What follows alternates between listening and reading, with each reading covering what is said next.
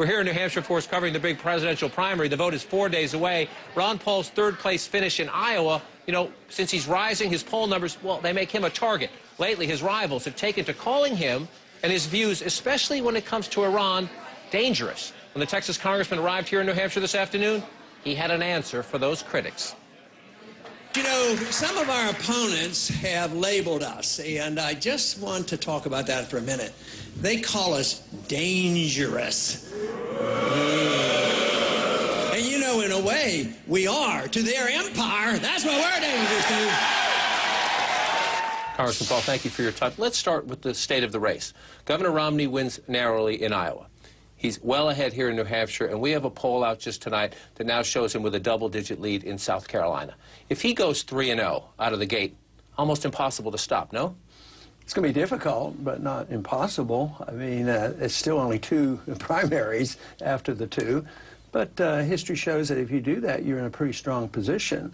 But we haven't had the first primary yet. We've had a caucus, so we have to wait and see what happens on Tuesday. So you have 2 debates this weekend. Right. Do you view them as maybe the last opportunity to convince Republicans? Romney's not your guy. Why would you? In New Hampshire and maybe beyond, people who watch it. Why would you say wrong guy, Mitt Romney? Well, I don't think he's very Republican when you talk about being a conservative. You know, we put hats on saying he's a flip-flopper, and people have called him that all along. He's been on both sides of most of the issues, and right now, people are looking for somebody that will stick to their guns and not capitulate and go along to get along. So I don't think he stands out as somebody that will stand firm on conservative principles. Senator Santorum comes out of Iowa thinking he's the conservative alternative to Romney, is he? Depends on how you defend conservative. You know, I'm a conservative. You know, I want to obey the Constitution. That's the basis of conservatism. But that doesn't mean I'm a big government guy that wants to run people's personal lives. And I don't understand why conservatives think the more money you spend overseas, the more conservative you are. It doesn't make any sense. The American people are waking up to this because it's most of the time it's money down the drain. It contributes to a debt. It hurts our economy. So I'm a conservative across the board. I believe in small government. Republicans claim they do, but I want smaller government all the way across the board and protect personal liberties as well as getting the government out of running the economy and quit running up these debt. That's why I've proposed a $1 trillion cut in 1 year. Speaker Gingrich in our South Carolina poll has tumbled 25 points in a month. Your campaign seems to view him as a threat down there. A new mailing from the Paul campaign says this: Newt Gingrich has a long record of liberal appeasement, flip-flopping on key issues and lobbying for insider millions. I have rarely seen a candidate who represents so much of what is wrong with Washington and what is wrong with our political system. Is it personal between you and Newt? You served together for a while. You know, probably not, because I've never had a cross word with him. We've been on opposite sides of the political arguments, you know, forever. I mean, he worked pretty hard against me in campaigns, so this is nothing new. But I don't ever remember having a cross word with him. As a matter of fact, there were times when he knew exactly where I was coming from. He never bothered me when I was in Congress because he didn't think it was worth his time to twist my arm. So in a way, I thought that was respect. But, you know, in politics, if people think he's real conservative and hasn't engaged in flip-flopping and spending money, I think we should talk about it. As you know, you've been a target at these debates because you're doing well.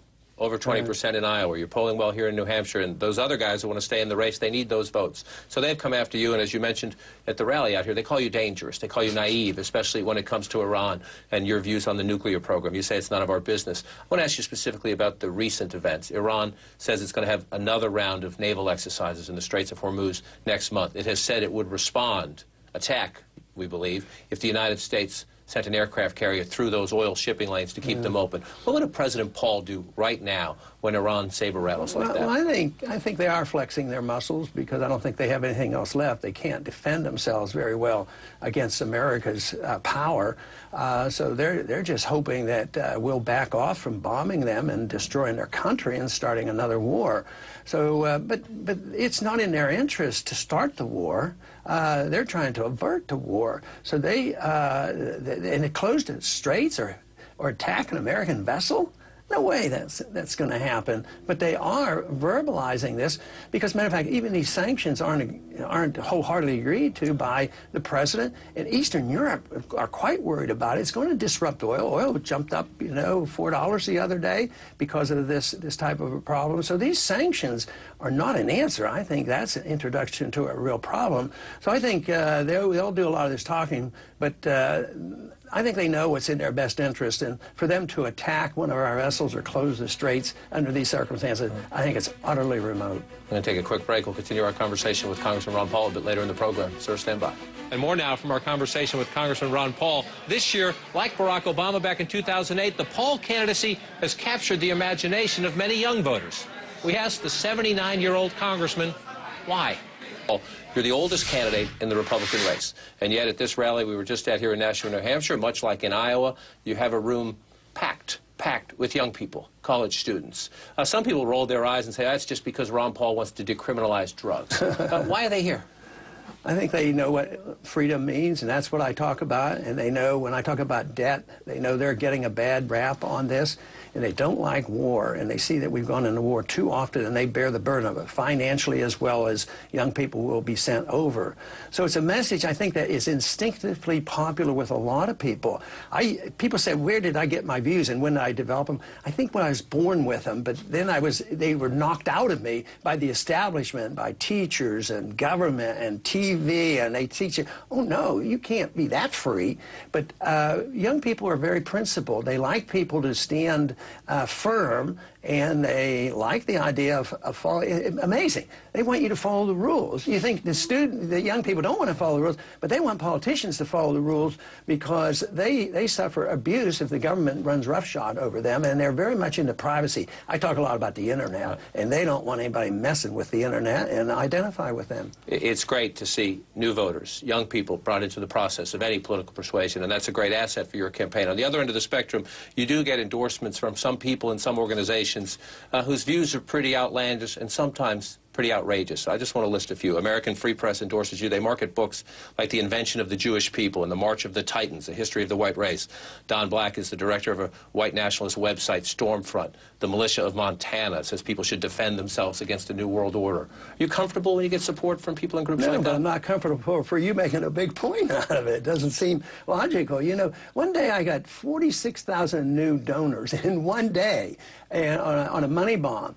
And am I to know what these people think and do? All I know is if they come to me and they give me support, they have to endorse what I do, and I'm very clear on what I do. And I do not investigate them. There's no way I can do it. Happens to all the campaigns. You want to go back and check everybody that ever donated to Obama? Maybe there was a communist that donated to him. Maybe a socialist. You know, maybe a big government. Maybe the military-industrial complex donated to him so he'd keep building weapons and run these wars. So, I mean, it's something that happens. But yeah, I denounce them automatically. I shouldn't even have to because it calls too much attention to it, because I emphasize the positive, the things that I believe in, and a constitution and individual liberty and a sensible foreign policy. So that to me is so incidental that I think it deserves a lot less attention. But sometimes if a supporter says they're for you and they claim to be speaking in your name, it can cause you trouble. This isn't about something like that, but there's a New Hampshire supporter for you right now. He says, New Hampshire Liberty for Paul. I want you to listen to a little bit. He put up a video on the internet that takes aim at John Huntsman. Let's listen a little bit.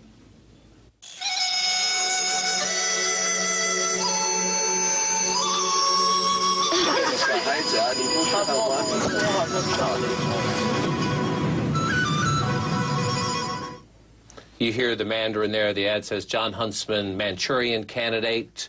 He was the ambassador to China. To me, that raises a more question. You already admitted it wasn't me, so why put it out there and say, oh, why do you have to defend this guy? Of course, I disavow him, and he shouldn't do it, because you have one out of, you know, how many, couple 100,000, 500,000 people, I don't know how many we have, because one does that, to bring that up, just doesn't seem like, you know, a fair thing to do. Of course, I denounce him. I couldn't even hear, I haven't looked at it, but people do that, but they do it in all campaigns, and that's why it is very unfair, and you should help sort it out rather than putting people on the defense and say, hey, defend yourself against these bad guys out there. So obviously, I just disavow them and try to go on and do the thing I'm supposed to do. The thing you're supposed to do is campaign for the nomination, but I want an honest answer. You speak often about the movement. When Ron Paul wakes up in the morning, do you see a path to the nomination, or do you see a chance to use this campaign as a platform for a movement that is critically important to you? Why can't I do both? And some people take it out of context because I emphasize the movement and the philosophy in what I've done for all these years. At the same time I run, I mean, I started off that way and was elected 12 times, and we're having fairly good success right now. So, yes, it is a path to victory. How easy it's going to be? Obviously, it's not going to be easy.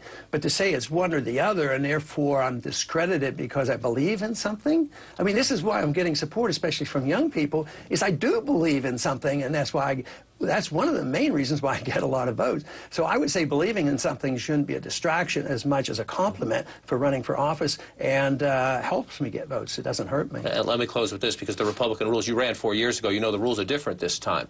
And so even if you don't win, Ron Paul with these strong showings, 20% in Iowa, we'll see what New Hampshire and South Carolina do.